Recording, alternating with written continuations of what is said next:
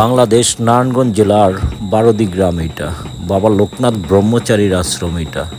দেখুন বাবা লোকনাথ ব্রহ্মচারীর আশ্রমের সৌন্দর্যের জন্য পদ্মফুলের মধ্যে ভগবান শিবের মূর্তি স্থাপনা করা হয়েছে। দেখুন কত সুন্দর। জয় বাবা ভোলানাথ।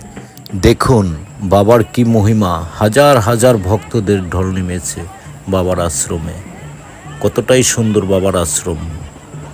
আসলে অনেকেই আসছেন, আমাদের বাংলাদেশি অনেকেই আসছেন, কিন্তু আমার পেজে তো আপনার বিদেশি অনেক বন্ধু আছে যারা দেখেন নাই। হ্যাঁ, আমাকে অনেকেই মেসেজ করে যে দাদা আপনার দেশে কি কি মন্দির আছে এটা দেখানোর জন্য, তাই আমি এই মন্দিরগুলো নিয়ে ভিডিও করি।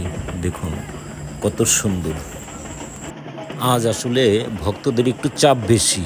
আজকে সারা বাংলাদেশ থেকেই অনেক লোক এখানে আসছে। অন্নপ্রাশন ডেট তো, অন্নপ্রাশন ডেটে অনেকেই আসে এখানে বাবার আশ্রমে এসে বাচ্চাদের অন্নপ্রাশন দেয়। এর জন্য আজকে একটু ভিড় বেশি।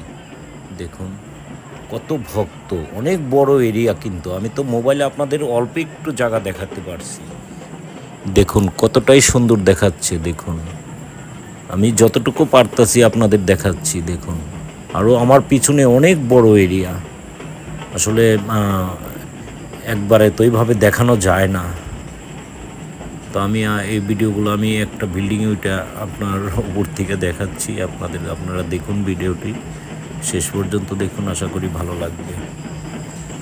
দেখুন হাজার হাজার ভক্ত সারা বাংলাদেশ থেকে এসেছে।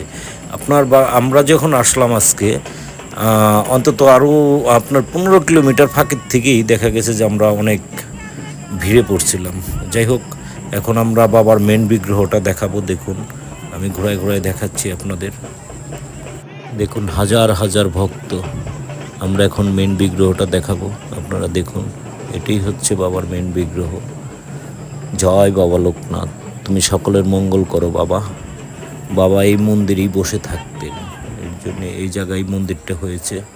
আমরা এখন শ্মশানের সাইডটা আসলাম, আপনাদের শ্মশানের ভিতরটা দেখাবো একটু। আপনার দেখুন এই শ্মশানের ভিতরেও বাবার 3-4টা মন্দির আছে।